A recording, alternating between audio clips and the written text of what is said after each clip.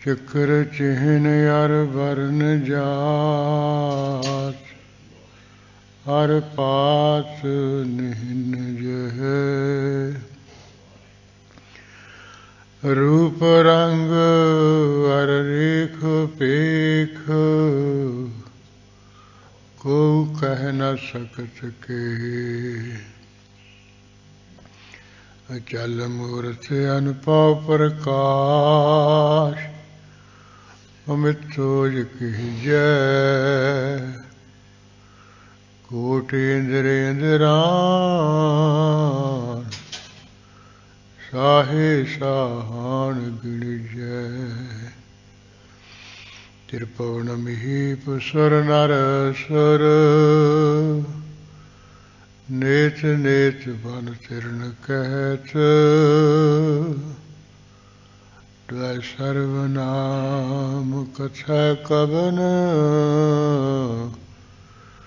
कर्म नाम वर्णत समत। अस कृपान खंडो खड़ग, तुबक तबर अरती। सैफ सरोही सहती, जह हमारा पीर। तीर तुही सैथी तुही, तुही तबर तरवार। नाम तिहारो जो जपै, पै सिंध पव पार। काल तुही काली तुही, तुही तेगी आरती। तुही निशानी जीत की, आज तुही जगबीर।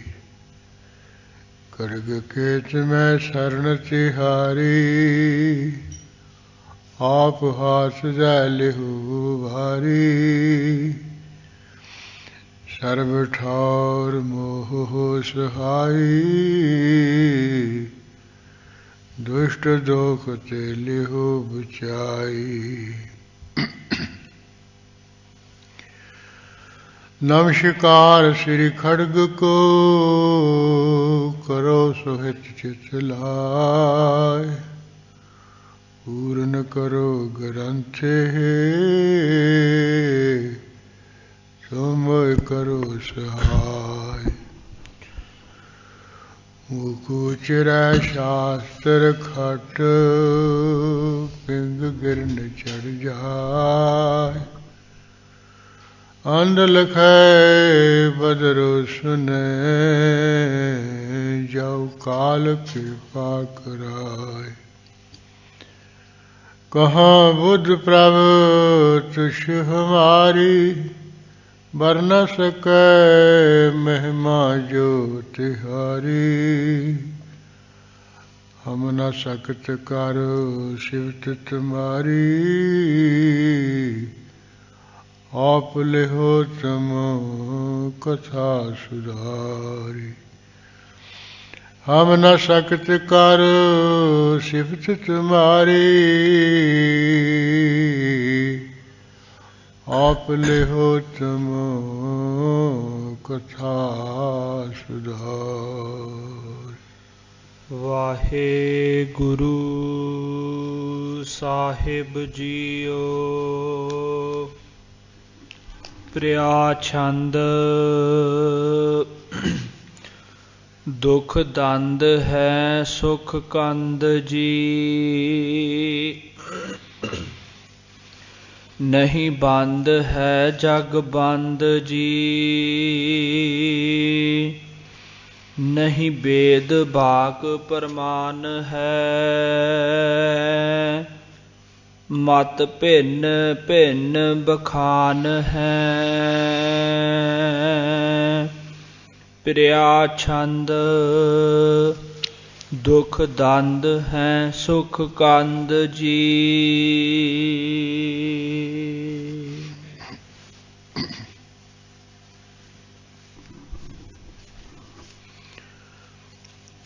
वाहिगुरु वाहिगुरु जी का खालसा वाहिगुरु जी की फतेह। परम सत्कारयोग गुरु खालसा साध संगत जी, गुरु महाराज जी की अपार ही अपार बख्शिश रहमत दा सदका हम अमृत वेले दे दीवान दी हाजरियां भरदियां होया संगत रूप में जुड़ के गुरु गोबिंद सिंह साहब महाराज जी की महानी पवित्र बाणी की विचारा करके लाहा ले रहे हाँ। जिस बाणी द्वारा आप जी ने सिख पंथ की सहूलत को सन्मुख रखदिया होया जिहड़ियां धार्मिक पुस्तकां है पुराण सिमरतियां हैं उन्हों का भी अपनी बाणी राही लट्ठा कर दिता है।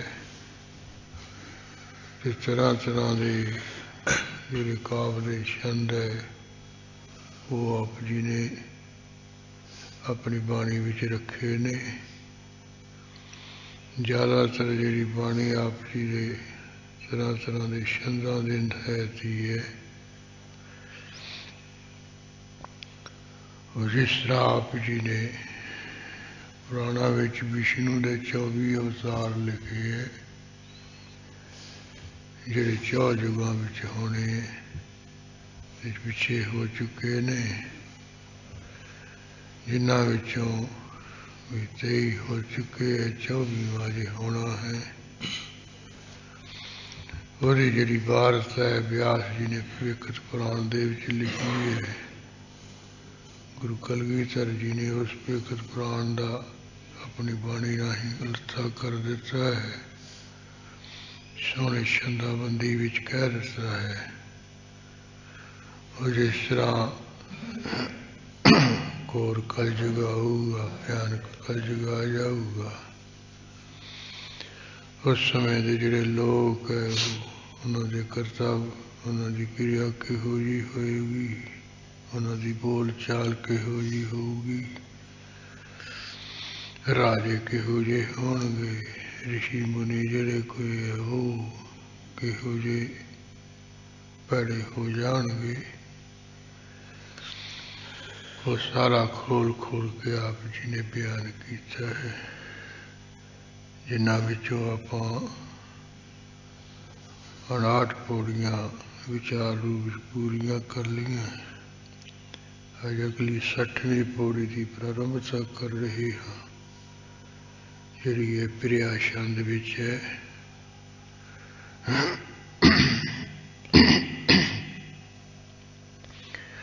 और जिवें प्रिया छंद विच घोर कलयुग की जिहड़ी लोकां दी क्रिया है, लोकां दे करतब है, उन्होंने गुरु महाराज बयान कर रहे हैं। आपां ध्यान दे के सुनिए जी। दुख दंद है सुख कंद जी, जी दुख दंद है अर्थ वास्ते होणगे तां जीआं नूं दुख दंद किए देण वाले ते कहणगे असीं सुख कंद हां, असीं सुख देण वाले हां, सुखां दे कंद हां, सुखां दे बद्दल हां, सुखां दा मींह बरसाउण वाले हैं। इस तरह देणगे जीआं नूं तरह तरह दे दुख ते कहणगे असीं सुखां दे दाते हां, सुख देण वाले हां जी। जीआं नूं नहीं दंद मुख पाठ दूजा दंद भी आ रहा है भी बहुता जिहड़ा दुख है वो जीआं नूं देण वाले होणगे ते कहणगे असीं सुख कंद हां जी, सुखां दे बद्दल हां जी, असीं सुखां दे कंद देण वाले हां। नहीं बंद है जग बंद जी, जिहड़ा जीआं दे जग बंद कि संसार दे जीआं दे बंद नमस्कार करन योग परमेश्वर है, नहीं बंद है, उन्होंने कदे भी नहीं नमस्कार करनगे। ਕਹਿਣਗੇ ਅਸੀਂ ਤਾਂ ਆਪ ਪਰਮੇਸ਼ਰ ਹਾਂ। ਉਹ ਕਰ ਹੋਏ ਮਹਿੰਗੇ ਰਾਮਾ, ਇਹ ਘਰਾਂ ਵਿੱਚ ਰੱਬ ਬਣ ਕੇ ਬਹਿ ਜਾਣਗੇ। ਅਸੀਂ ਕਿਹਨੂੰ ਮੱਥਾ ਟੇਕਣਾ, ਅਸੀਂ ਕਿਹਨੂੰ ਨਮਸਕਾਰ ਕਰਨੀ, ਅਸੀਂ ਤਾਂ ਆਪ ਖੁਦ ਖੁਦਾ। ਸਣ ਟੋਪੇ, ਸਣ ਕੱਪੜੇ, ਜੁੱਤੇ ਸਣੇ ਖੁਦਾ ਬਣ ਕੇ ਬੈਠਣਗੇ। ਸਿਰ ਤੇ ਜਿਹੜਾ ਵੱਡਾ ਸਾਰਾ ਟੋਪ ਲਿਆ ਨਾ,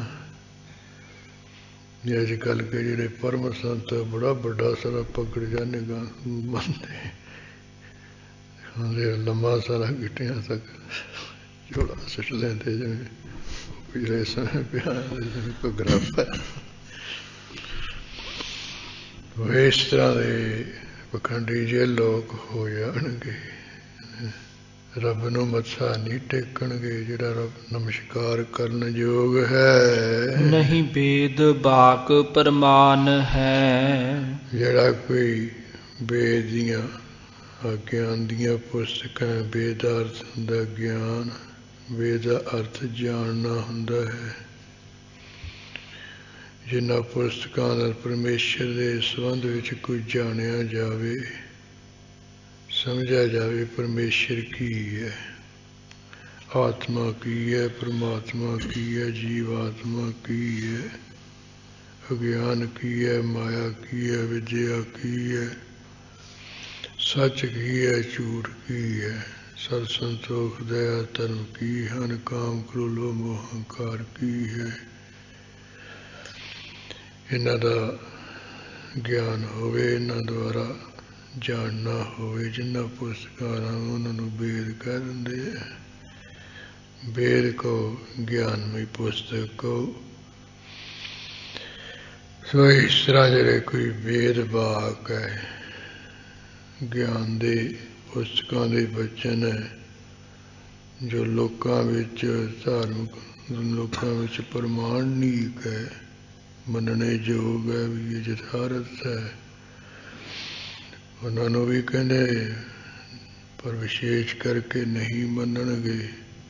ਕਿਆ ਕਰਨਗੇ ਤਾਂ ਵੇਦਾਂ ਦੇ ਵਿੱਚ ਕਪੌੜੇ ਲਿਖੇ ਹੋਏ ਹੈ ਜੀ। ਮਤ ਭਿੰਨ ਭਿੰਨ ਬਖਾਨ ਹੈ। ਫਿਰ ਆਪਣਾ ਜਿਹੜਾ ਵੱਖਰੋ ਵੱਖਰਾ ਮਤ ਹੀ ਕਥਨ ਕਰਿਆ ਕਰਨਗੇ।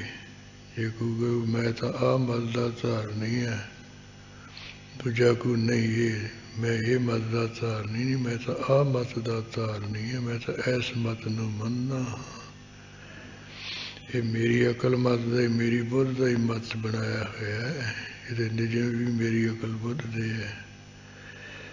ਉਹ ਵੱਖਰੇ ਵੱਖਰੇ ਜਿਹੜੇ ਮਤ ਹੈ ਉਹ ਕਥਨ ਕਰਿਆ ਕਰਨਗੇ ਵੀ ਇਹ ਸਾਡਾ ਮਤ ਮਹਾਨ ਆ, ਦੂਜਾ ਕਹੂਗਾ ਨਹੀਂ ਜਿਹੜਾ ਮੇਰਾ ਮਤ ਹੈ ਉਹ ਮਹਾਨ ਹੈ। ਨਾ ਕੁਰਾਨ ਕੋ ਮਤ ਲੇਂਗੇ।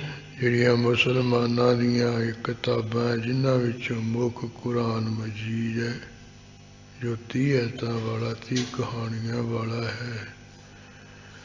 ਕਹਿੰਦੇ ਉਹ ਜਿਹੜੀ ਕੁਰਾਨ ਦੇ ਵਿੱਚ ਕੋਈ ਚੰਗੀ ਸਿੱਖਿਆ ਹੈਗੀ ਹੈ ਵੀ ਮੁਸਲਮਾਨ ਨੂੰ ਮੋਮਦਿਨ ਹੋਣਾ ਚਾਹੀਦਾ ਹੈ, ਤੇ ਮੁਸਲਮਾਨ ਨੂੰ ਕਿਸੇ ਦਾ ਦਿਲ ਨਹੀਂ ਦਿਖਾਉਣਾ ਚਾਹੀਦਾ। ਮੁਸਲਮਾਨ ਮੋਮਦਿਲ ਹੋਵੇ, ਅੰਤਰ ਕੀ ਮਲ ਦਿਲ ਤਿਤ ਹੋਵੇ।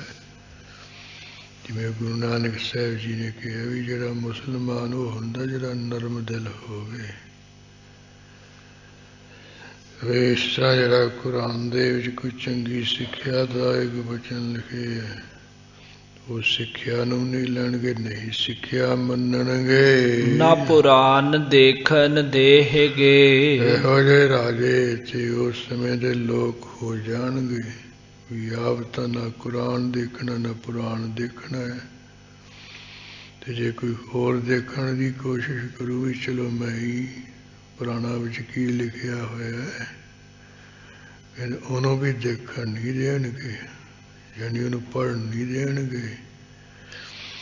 ਉਹਦੇ 'ਤੇ ਵੀ ਇਹ ਉਹ ਸਜ਼ਾ ਲਾਗੂ ਹੋਊਗੀ ਵੀ ਜਿਹੜਾ ਕੁਰਾਨ ਪੁਰਾਣ ਪੜ੍ਹੂਗਾ ਉਹਨਾਂ ਨੂੰ ਬੜੀ ਭਾਰੀ ਸਜ਼ਾ ਹੋਏਗੀ। ਇਹ ਕਪੌੜਿਆਂ ਵਾਲੇ ਗ੍ਰੰਥ ਨਹੀਂ ਪੜ੍ਹਨੇ ਸੁਣਨੇ ਹਨ। ਨਹੀਂ ਏਕ ਮੰਤਰ ਜਾਪ ਹੈ। ਜਿਹੜਾ ਇੱਕ ਅਕਾਲ ਪੁਰਖ ਵਾਹਿਗੁਰੂ ਦਾ ਮੰਤਰ ਹੈ, ਕਹਿੰਦੇ ਉਹ ਨਹੀਂ, ਉਹਦਾ ਨਹੀਂ ਜਾਪ ਕਰਨਗੇ, ਆਪੋ ਆਪਣੇ ਮੰਤਰ ਬਣਾਏ ਹੋਣਗੇ। ਜਿਵੇਂ ਉਹ ਮਹਾਂਪੁਰਸ਼ ਇੱਕ ਅਨਪੜ੍ਹ ਬਾਬੇ ਦੀ ਸਾਖੀ ਸੁਣਾਇਆ ਕਰਦੇ ਸੀ, ਲਦਾਈ ਵਾਲੇ ਸਾਖੀ ਪ੍ਰਵਾਨ ਵਿੱਚ ਵੀ ਲਿਖੀ ਹੈ। ਉਹ ਕਲਯੁਗ ਦਾ ਵੀ ਬਾਬਾ, ਕਲਯੁਗ ਦਾ ਸੰਤ, ਉਹਦਾ ਊੜਾ ਵੀ ਨਹੀਂ ਸੀ। ਇਹ ਮਾੜੀ ਮੋਟੀ ਕੋਈ ਥੋੜ੍ਹੀ ਬਹੁਤੀ ਕਾਲਣਾ ਜੀ ਕਰਕੇ ਲੋਕ ਮਗਰ ਲੱਗ ਗਏ ਤੇ ਫਿਰ ਉਹ ਪੂਰਨ ਸੰਤ ਬਣ ਕੇ ਬਹਿ ਗਿਆ।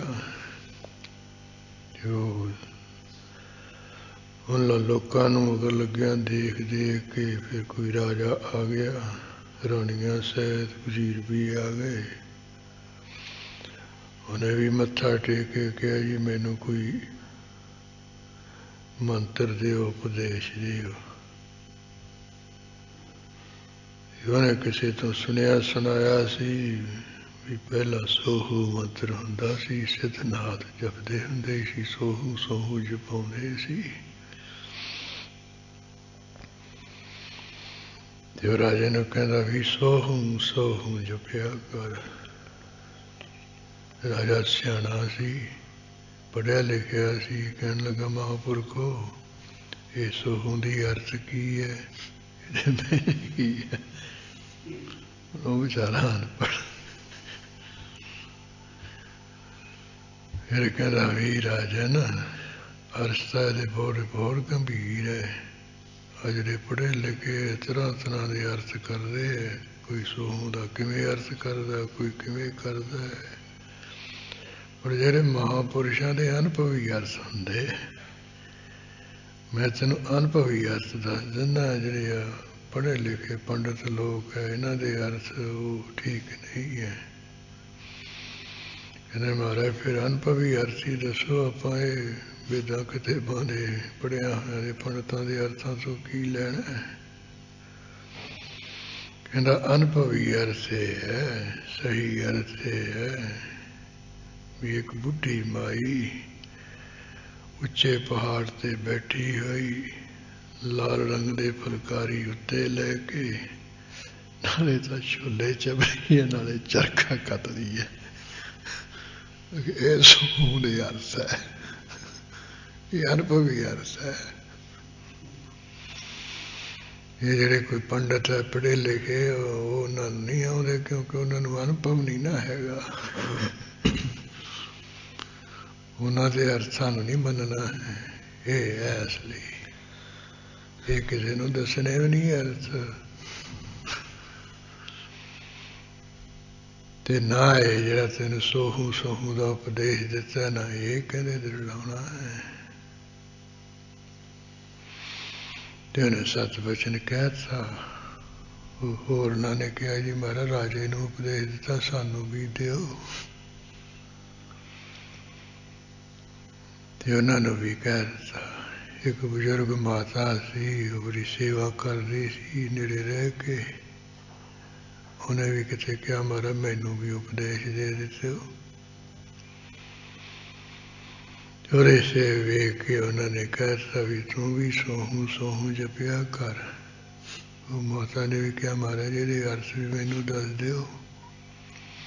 ਉਹੀ ਅਰਥ ਫਿਰ ਉਹ ਰਾਜੇ ਵਾਲੇ ਅਨਪੜ੍ਹ ਬਾਬੇ ਨੇ ਉਹਨੂੰ ਦੱਸਦੇ। ਕਹਿੰਦੇ ਬੁੱਢੀ ਮਾਈ ਉੱਚੇ ਪਹਾੜ ਤੇ ਬੈਠੀ, ਲਾਲ ਰੰਗ ਦੀ ਫੁਲਕਾਰੀ ਬਾਗ ਲੈ ਕੇ, ਨਾਲੇ ਤਾਂ ਛੋਲੇ ਚਬਦੀ ਹੈ, ਨਾਲੇ ਚਰਖਾ ਕੱਤਦੀ ਹੈ। ਇਹ ਅਨੁਭਵੀ ਅਰਥ ਹੈ, ਹੋਰ ਨਹੀਂ ਕਿਸੇ ਨੂੰ ਦੱਸਣੇ। ਉਹਨੇ ਦ੍ਰਿੜ ਕਰ ਲਿਆ, ਰੱਬ ਦੀ ਨੇਤ ਰਾਜਾ ਚੜ੍ਹਾਈ ਕਰ ਗਿਆ ਨਾ। ਜਿਹੜਾ ਮਹਾਂਪੁਰਸ਼ ਸੀ ਉਹ ਚੜ੍ਹਾਈ ਕਰ ਗਿਆ, ਉਹ ਸੱਚਖੰਡ ਚਲਿਆ ਗਿਆ। ਰਾਜਾ ਫਿਰ ਉਹੇ ਜਿਹੇ ਪੂਰਨ ਸੰਤ ਦੀ ਢੂੰਡ ਵਿੱਚ ਵੀ ਉਹੇ ਜਿਹੇ ਅਨੁਭਵੀ ਸੰਤ ਲੱਭੋ। ਵਜ਼ੀਰ ਕਹਿੰਦੇ ਵੀ ਹਾਂ ਠੀਕ ਹੈ, ਪੂਰਨ ਸੰਤ ਲੱਭੋ ਕੋਈ ਉਹੇ ਜਿਹਾ ਅਨੁਭਵੀ। ਇਹ ਕਹਿੰਦੇ ਵੀ ਉਹਦੀ ਆਪਾਂ ਪਰਖ ਕਿਵੇਂ ਕਰਾਂਗੇ? ਵਜ਼ੀਰ ਕਹਿੰਦੇ ਮਹਾਰਾਜ ਪਰਖ ਤਾਂ ਸੌਖੀ ਹੈ, ਜਿਹੜੇ ਉਹਨਾਂ ਨੇ ਸੋਹੂ ਦੇ ਅਰਥ ਦੱਸੇ ਸੀ ਨਾ, ਉਹ ਤਾਂ ਹੁਣ ਜਿਹੜਾ ਅਨੁਭਵੀ ਹੋ ਉਹੀ ਦੱਸੂਗਾ। ਜਿਹਨੂੰ ਅਨੁਭਵ ਨਹੀਂ ਹੋਇਆ ਹੈ, ਆ ਲੋਕਾਂ ਦੀ ਵਿਦਿਆ ਪੜ੍ਹਿਆ ਹੈ ਪੰਡਤਾਂ ਕੋਲੋਂ, ਉਹਨੇ ਕੀ ਅਨੁਭਵੀ ਅਰਥ ਦੱਸਣੇ ਹੈ। ਜਿਹੜਾ ਸਾਧੂ ਅਨੁਭਵੀ ਅਰਥ ਕਰ ਦੇਵੇ ਵੇ ਸਮਝ ਲਓ ਉਹ ਵੀ ਇਹ ਜਿਹੜਾ ਚੜਾਈ ਕਰ ਗਿਆ ਸਾਡਾ ਸੰਤ ਉਹਦੇ ਵਰਗਾ ਹੀ ਹੈ, ਪੂਰਨ ਮਹਾਂਪੁਰਖ। ਕਹਿੰਦੇ ਵੀ ਗੱਲ ਠੀਕ ਹੈ। ਹਾਂ, ਜਿਹੜਾ ਕੋਈ ਬਾਹਰੋਂ ਆਪਣਾ ਵਿਦਵਾਨ ਆਇਆ ਕਰੇਗਾ, ਆਪਾਂ ਉਹਨੂੰ ਸੋਹੂ ਦੇ ਅਰਥ ਪੁੱਛਿਆ ਕਰਾਂਗੇ। ਜੇ ਤਾਂ ਉਹਨੂੰ ਕੋਈ ਅਨੁਭਵ ਹੋਇਆ ਫਿਰ ਤਾਂ ਆਪਣੇ ਅਨੁਭਵ ਨਾਲ ਹੀ ਅਰਥ ਸਹੀ ਕਰਕੇ ਦੱਸ ਦੂ। ਜੇ ਉਹਨੇ ਪੁਰਾਣਾ ਵਿੱਚ ਜਿਹੜਾ ਕੋਈ ਸੋਹੂ ਦੇ ਅਰਥ ਲਿਖੇ, ਉਹੀ ਪੜ੍ਹੇ ਲਿਖੇ ਅਨੁਭਵ ਦੇ ਅਰਥ, ਉਹਨੂੰ ਅਨੁਭਵ ਨਹੀਂ ਹੋਇਆ, ਫਿਰ ਉਹਨੇ ਅਨੁਭਵੀ ਅਰਥ ਕਰਨਾ ਨਹੀਂ ਹੈ। ਤੇ ਉਹਨੂੰ ਆਪਾਂ ਨੇ ਗੁਰੂ ਬਣਾਵਾਂਗੇ। ਉਹ ਇਸ ਤਰ੍ਹਾਂ ਮਨ ਵਿੱਚ ਧਾਰ ਲਿਆ। ਹੋਰ ਜਿਹੜੇ ਕੋਈ ਵਿਦਵਾਨ ਪੜ੍ਹੇ ਲਿਖੇ ਹੈ, ਰਾਜੇ ਕੋਲ ਆ ਜਾਂਦੇ ਹੈ। ਰਾਜਾ ਫਿਰ ਉਹਨਾਂ ਨੂੰ ਪ੍ਰਸ਼ਨ ਕਰਦਾ, ਜੀ ਸੋਹੂ ਦੇ ਕੀ ਅਰਥ ਹੈ? ਵਿਦਵਾਨਾਂ ਨੇ ਤਾਂ ਵਿਦਵਾਨਾਂ ਵਾਲੇ ਹੀ ਅਰਥ ਕਰਨੇ। ਉਹ ਕਹਿੰਦੇ ਜੀ ਸੋ ਅਹੰ, ਸੋ ਦਾ ਅਰਥ ਹੈ ਤਤਪਰ, ਉਹ ਜਾਂ ਸੋ ਦਾ ਅਰਥ ਹੈ ਜਿਹੜਾ ਉਹ ਲੱਖ ਰੂਪ ਹੈ, ਸ਼ੁੱਧ ਸਰੂਪ ਬ੍ਰਹਮ ਹੈ। ਹਉ ਦਾ ਅਰਥ ਹੈ ਮੈਂ, ਅਰਥ ਹੈ ਹਾਂ, ਹਉ ਦਾ ਅਰਥ ਹੈ ਹਾਂ ਵੀ ਉਹ ਸ਼ੁੱਧ ਰੂਪ ਬ੍ਰਹਮ ਰੂਪ ਮੈਂ ਹਾਂ। ਸੋ ਇਸ ਤਰ੍ਹਾਂ ਹੈ ਜਿਵੇਂ ਕਾਨਾ ਕਹਿੰਦਾ ਉਹ ਹੀਰੇ ਮੈਂ ਕੋ ਹੀਰੇ, ਵੀ ਮੈਂ ਉਹ ਬ੍ਰਹਮ ਹੈ, ਮੈਂ ਬ੍ਰਹਮ ਪਰਮੇਸ਼ਰ ਹਾਂ, ਵੀ ਇਸ ਤਰ੍ਹਾਂ ਉਹ ਬ੍ਰਹਮ ਮੈਂ ਹਾਂ। ਇਹ ਇਸ ਤਰ੍ਹਾਂ ਹੈ। ਇਹ ਸੋਹੂ ਦੇ ਅਰਥ ਹੈ। ਕਦੇ ਵੀ ਇਹ ਅਨੁਭਵੀ ਨਹੀਂ ਹੈ। ਇਹ ਲੋਕਾਂ ਨੂੰ ਗਲਤ ਰਸਤੇ ਪਾਏਗਾ, ਗਲਤ ਅਰਥ ਦੱਸੇਗਾ, ਫੜ ਕੇ ਨੂੰ ਜੇਲ੍ਹ 'ਚ ਸਿੱਟੋ। ਉਹ ਜਿਹੜਾ ਵਿਦਵਾਨ ਆਉਂਦਾ ਉਹ ਤੋਂ ਸੋਹੂ ਦੇ ਅਰਥ ਪੁੱਛਦਾ, ਉਹ ਐਂ ਕਰ ਦਿੰਦਾ, ਇਹਨੂੰ ਚੱਕ ਕੇ ਜੇਲ੍ਹ ਡੱਕ ਦਿੰਦੇ ਹੈ। ਹੋਰ ਜਿਹੜੇ ਕੋਈ ਸਾਧੂ ਸੰਤ ਪੜ੍ਹੇ ਲਿਖੇ ਉਹਨਾਂ ਨੂੰ ਪੁੱਛਦਾ, ਉਹਨਾਂ ਨੇ ਵੀ ਹੁਣ ਉਸੇ ਅਨੁਸਾਰ ਹੀ ਸਹੀ ਅਰਥ ਕਰਨੇ ਹੈ, ਤੇ ਉਹਨਾਂ ਨੂੰ ਵੀ ਚੱਕ ਕੇ ਅੰਦਰ ਸਿੱਟ ਦਿੰਦਾ ਹੈ। ਉਹ ਜਦੋਂ ਬਹੁਤੇ ਵਿਦਵਾਨ, ਬਹੁਤੇ ਸਾਧੂ ਪੜ੍ਹੇ ਲਿਖੇ ਵੀ ਡੱਕਤੇ ਜੇਲ੍ਹ 'ਚ, ਤੇ ਕਿਸੇ ਸਿਆਣੇ ਸਾਧੂ ਨੂੰ, ਬੰਦਗੀ ਵਾਲੇ ਨੂੰ ਪਤਾ ਚੱਲਿਆ ਵੀ ਰਾਜੇ ਨੂੰ ਪਤਾ ਨਹੀਂ ਕਿਹਨੇ ਪੁੱਠੀ ਮੱਤ ਦੇਤੀ ਵੀ ਜਿਹੜਾ ਸਾਧੂ ਸੰਤ ਜਾਂਦਾ ਹੈ ਉਹਨੂੰ ਕੋਈ ਪੁੱਛਦਾ ਦੱਸਦਾ ਹੈ ਤੇ ਚੱਕ ਕੇ ਜੇਲ੍ਹ 'ਚ ਸੁੱਟ ਦਿੰਦਾ ਹੈ। ਵਿਦਵਾਨਾਂ ਨੂੰ ਵਿੱਚੇ ਸਿੱਟੀ ਜਾਂਦਾ ਹੈ। ਤੇ ਕਿਸੇ ਨੇ ਕਿਹਾ ਕਿ ਮਹਾਰਾਜ ਤੁਸੀਂ ਉਹਨਾਂ ਦਾ ਵਿਚਾਰਿਆਂ ਦਾ, ਸਾਧੂਆਂ ਸੰਤਾਂ ਦਾ, ਵਿਦਵਾਨਾਂ ਦਾ ਖਹਿੜਾ ਛਡਾਓ, ਰਾਜੇ ਨੂੰ ਬੜਾ ਮੋਟਾ ਸਮਝਾਓ, ਕਿੱਧਰ ਚੱਲਦੇ ਹੈ ਤੂੰ। ਉਹ ਸਿਆਣਾ ਸੀ ਵੀ ਕਿਸੇ ਸਿੱਧੇ ਗਿਆ ਕਿਤੇ ਉਹੀ ਹਾਲ ਮੇਰੇ ਨਾਲ ਨਾ ਹੋਵੇ। ਤੇ ਉਹ ਸ਼ਹਿਰ ਵਿੱਚ ਆ ਗਿਆ ਤੇ ਇੱਕ ਬਜ਼ੁਰਗ ਮਾਤਾ ਦੇ ਘਰੇ ਰਿਹਾ, ਜਿਹਨੇ ਉਹ ਤੋਂ ਉਪਦੇਸ਼ ਲਿਆ ਹੋਇਆ ਸੀ। ਪ੍ਰਸ਼ਾਦਾ ਪਾਣੀ ਛਕ ਕੇ ਜਦੋਂ ਰਾਤ ਨੂੰ ਵਿਰਾਜਣ ਲੱਗੇ, ਇਕੱਠੇ ਹੋ ਕੇ ਘਰ ਦੇ ਪਰਿਵਾਰ ਦੇ ਜੀ ਆ ਜਾਂਦੇ। ਪਰਮਾਤਮਾ ਨੇ ਗੱਲ ਤੋਰੀ, ਕਹਿੰਦੇ ਵੀ ਇਹ ਸ਼ਹਿਰ ਦੇ ਵਿੱਚ ਬੜੇ ਤਕੜੇ ਮਹਾਂਪੁਰਸ਼ ਇੱਕ ਹੋਏ ਹੈ। ਮਾਤਾ ਤੂੰ ਉਹਨਾਂ ਦੇ ਦਰਸ਼ਨ ਕੀਤੇ? ਉਹਨੇ ਬੜਾ ਪ੍ਰਸੰਨ ਹੋ ਕੇ, ਖੁਸ਼ ਹੋ ਕੇ ਦੱਸਿਆ ਕਿ ਨਹੀਂ ਮਹਾਰਾਜ ਮੈਂ ਤਾਂ ਬਹੁਤ ਸੇਵਾ ਕੀਤੀ ਹੈ, ਮੈਂ ਤਾਂ ਉਹਨਾਂ ਤੋਂ ਮੰਤਰ ਵੀ ਲਿਆ ਹੈ। ਉਹ ਤਾਂ ਪੂਰਨ ਸੀ। ਕਹਿੰਦੇ ਮਾਤਾ ਫਿਰ ਉਹਨਾਂ ਨੇ ਕੀ ਤੈਨੂੰ ਉਪਦੇਸ਼ ਦਿੱਤਾ ਸੀ, ਕੀ ਮੰਤਰ ਦੱਸਿਆ ਸੀ? ਕਹਿੰਦੀ ਇਹ ਤਾਂ ਨਹੀਂ ਮੈਂ ਦੱਸਣਾ। ਕਹਿੰਦੇ ਉਹਨਾਂ ਨੇ ਕਿਹਾ ਸੀ ਵੀ ਇਹ ਨਹੀਂ ਦੱਸਣਾ ਹੈ। ਫਿਰ ਉਹ ਮਹਾਂਪੁਰਸ਼ ਜਿਹੜੇ ਸੀ ਉਹ ਕਹਿਣ ਲੱਗੇ ਮਾਤਾ ਹੁਣ ਉਹ ਤਾਂ ਚਲੋ ਪੂਰਨ ਸੰਤ ਚੜ੍ਹਾਈ ਕਰ ਗਏ, ਉਹ ਤਾਂ ਹੁਣ ਕਿਸੇ ਨੂੰ ਦੱਸ ਦਿੰਦੇ ਸੀ, ਹੋਰ ਕਿਸੇ ਨੇ ਹੁਣ ਦੱਸਣਾ ਨਹੀਂ ਹੈ। ਤੇ ਜੇ ਕਿਸੇ ਨੂੰ ਦੱਸਿਆ ਹੋਰ ਕਿਸੇ ਦਾ ਭਲਾ ਕਿਵੇਂ ਹੋਊਗਾ? ਹੁਣ ਤਾਂ ਤੁਸੀਂ ਮਾਤਾ ਜੀ ਜਿਨ੍ਹਾਂ ਨੂੰ ਮੰਤਰ ਲਿਆ ਉਹ ਦੱਸਣਗੇ ਕਿਸੇ ਦਾ ਭਲਾ ਹੋਊਗਾ। ਚਲੋ ਤੁਸੀਂ ਮਾਤਾ ਜੀ ਹੋਰ ਕਿਸੇ ਨੂੰ ਨਾ ਦੱਸਿਓ, ਮੈਂ ਤਾਂ ਸਾਧੂ ਹਾਂ, ਮੈਂ ਤਰਲਾ ਕਰਨਾ ਮੈਨੂੰ ਤਾਂ ਸਾਧੂ ਨੂੰ ਮੇਰਾ ਭਲਾ ਹੋ ਜਾਊ, ਮੈਨੂੰ ਤਾਂ ਉਹ ਮੰਤਰ ਦੇ ਦਿਓ ਨਾ। ਮਾਤਾ ਕਹਿੰਦੀ ਵੀ ਚਲੋ ਤੁਸੀਂ ਸਾਧੂ ਆ, ਤੁਹਾਨੂੰ ਦੱਸ ਦਿੰਨੀ ਹੈ। ਉਂਝ ਤਾਂ ਉਹਨਾਂ ਨੇ ਮੈਨੂੰ ਰੋਕਿਆ ਹੋਇਆ ਸੀ ਵੀ ਨਹੀਂ ਦੱਸਣਾ ਹੈ। ਕਹਿੰਦੇ ਜੀ ਉਹਨਾਂ ਨੇ ਉਪਦੇਸ਼ ਦਿੱਤਾ ਵੀ ਸੋਹੂ ਸੋਹੂ ਦਾ ਜਾਪ ਕਰਨਾ ਹੈ, ਇਹ ਉਪਦੇਸ਼ ਦਿੱਤਾ ਸੀ। ਕਹਿੰਦੇ ਮਾਤਾ ਜੀ ਫਿਰ ਅਰਥ ਵੀ ਦੱਸੇ ਹੋਣਗੇ? ਕਹਿੰਦੇ ਹਾਂ ਅਰਥ ਵੀ ਦਿੱਤੇ ਸੀ ਅਨੁਭਵੀ।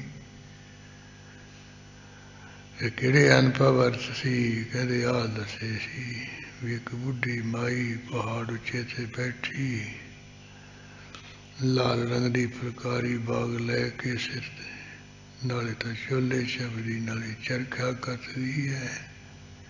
ਇਹ ਕਿਹਾ ਸੀ ਵੀ ਅਨੁਭਵੀ ਅਰਥ ਹੈ, ਵਿਦਵਾਨਾਂ ਨੂੰ ਨਹੀਂ ਆਉਂਦੇ ਤੇ ਆਉਂਦੇ ਵੀ ਹੈ ਨਹੀਂ। ਰਾਜੇ ਕੋਲ ਲੋਕ ਆਉਂਦੇ ਆ ਵਿਦਵਾਨ ਪੜ੍ਹੇ ਲਿਖੇ, ਰਾਜਾ ਅਰਥ ਪੁੱਛਦਾ ਹੈ ਉਹ ਹੋਰ ਹੀ ਹੋਰ ਕਰ ਦਿੰਦੇ ਹੈ। ਰਾਜਾ ਫੜ ਫੜ ਕੇ ਜੇਲ੍ਹ ਵੀ ਸੁੱਟੀ ਜਾ ਰਿਹਾ ਹੈ। ਉਹ ਮਹਾਤਮਾ ਨੇ ਸਮਝ ਲਿਆ ਵੀ ਅਨਪੜ੍ਹ ਬਾਬੇ ਦਾ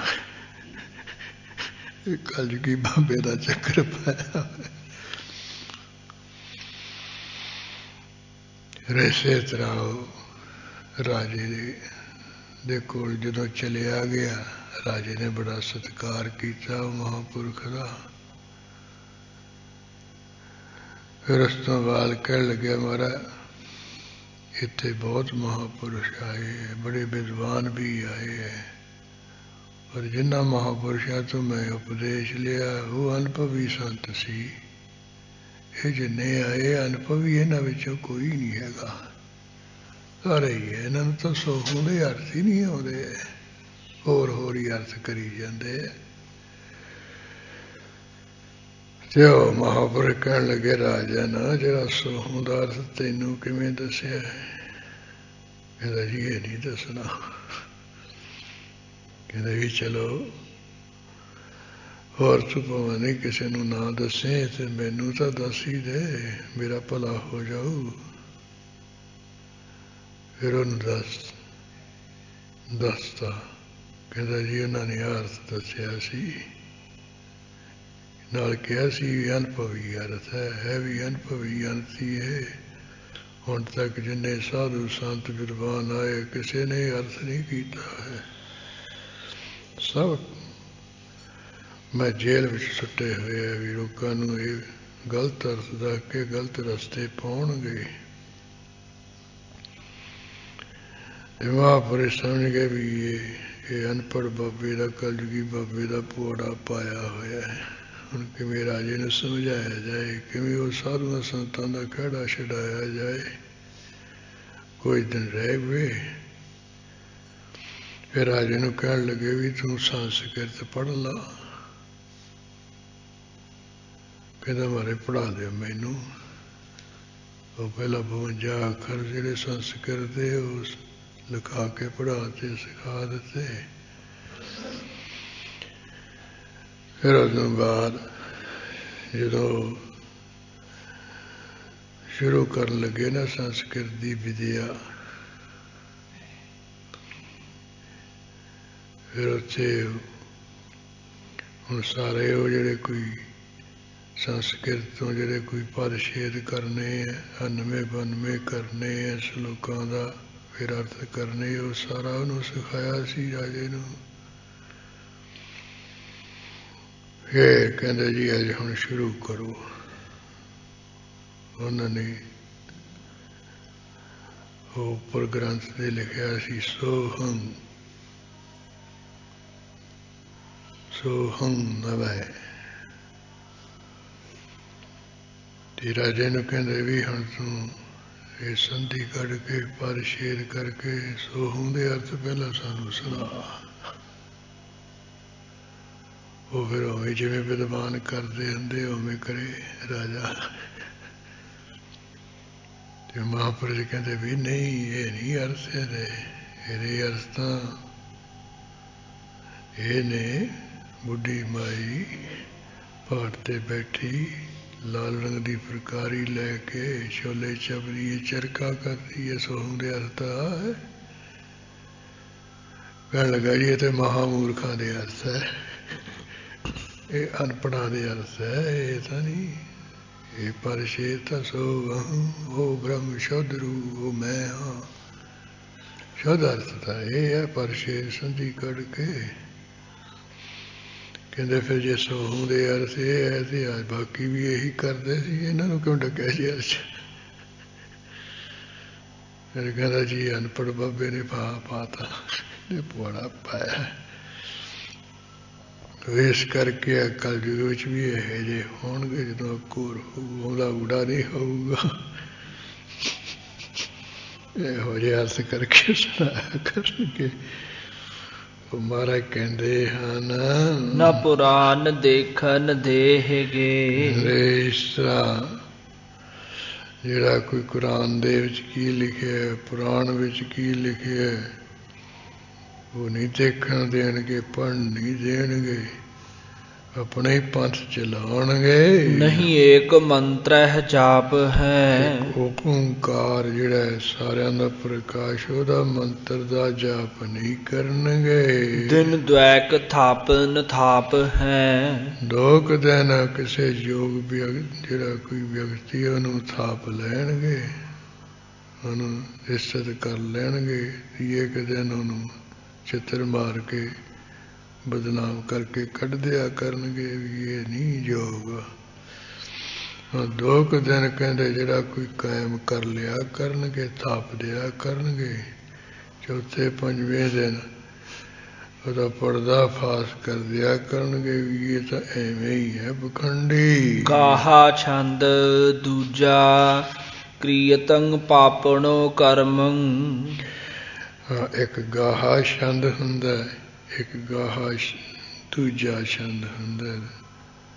ਇਹ ਜਿਹੜਾ ਗਾਹਾ ਛੰਦ ਹੈ ਉਹਦੀਆਂ ਮਾਤਰਾ ਵੱਖਰੀਆਂ ਹੈ, ਜਿਹੜਾ ਗਾਹਾ ਛੰਦ ਦੂਜਾ ਉਹਦੀਆਂ ਮਾਤਰਾ ਵੱਖਰੀਆਂ ਹੈ।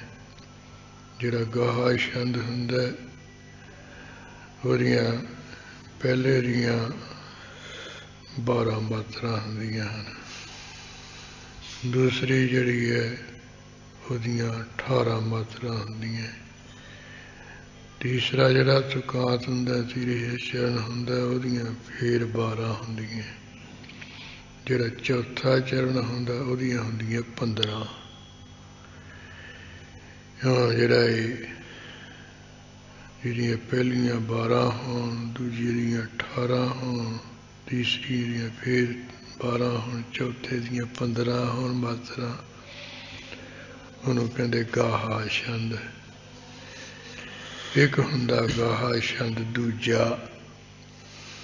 ਦੂਜਾ ਗਾਹਾ ਛੰਦ, ਉਹਦੀਆਂ ਹੁੰਦੀਆਂ 27 ਸਾਰੀਆਂ ਮਾਤਰਾ, ਤੇ ਪਹਿਲੀਆਂ 13 ਹੁੰਦੀਆਂ, ਦੂਜੇ ਦੀਆਂ 14 ਹੁੰਦੀਆਂ ਹਨ। ਇੱਥੇ ਜਿਹੜਾ 13 ਤੇ 14 ਮਾਤਰਾ ਵਾਲਾ ਛੰਦ ਹੈ, ਜਿਹਦਾ ਨਾਂ ਗਾਹਾ ਛੰਦ ਦੂਜਾ ਹੈ, ਉਹਦੇ ਵਿੱਚ ਕੋਈ ਆਪ ਜੀ ਕਹਿ ਰਹੇ ਹਨ ਕ੍ਰਿਯਤੰ ਪਾਪਣੋ ਕਰਮੰ। ਜਿਹੜਾ ਪਾਪ ਰੂਪ ਕਰਮ ਹੈ ਉਹਨੂੰ ਕ੍ਰਿਯਤੋ ਕੀਏ ਕਰਨ ਵਾਲੇ ਹੋਣਗੇ। ਨਾ ਅਧਰਮੰ ਭਰਮਣ ਤ੍ਰਸਤਾਏ। ਇਸੇ ਨਾ ਧਰਮੰ ਭਰਮਣ ਤ੍ਰਸਾਏ। ਜਿਹੜਾ ਕੋਈ ਅਧਰਮ ਹੈ ਉਹਦਾ ਕਹਿੰਦੇ ਉਹਦੇ ਵਿੱਚ ਭਰਮਣ ਕੀਏ, ਉਹ ਪ੍ਰਵਿਰਤ ਹੋਣਾ। ਉਹ ਕਹਿੰਦੇ ਜਿਹੜਾ ਅਧਰਮ ਉਹਦੇ ਵਿੱਚ ਪ੍ਰਵਿਰਤ ਹੋਣਾ, ਉਹ ਤੋਂ ਤਰਸਾਏ ਨਾ।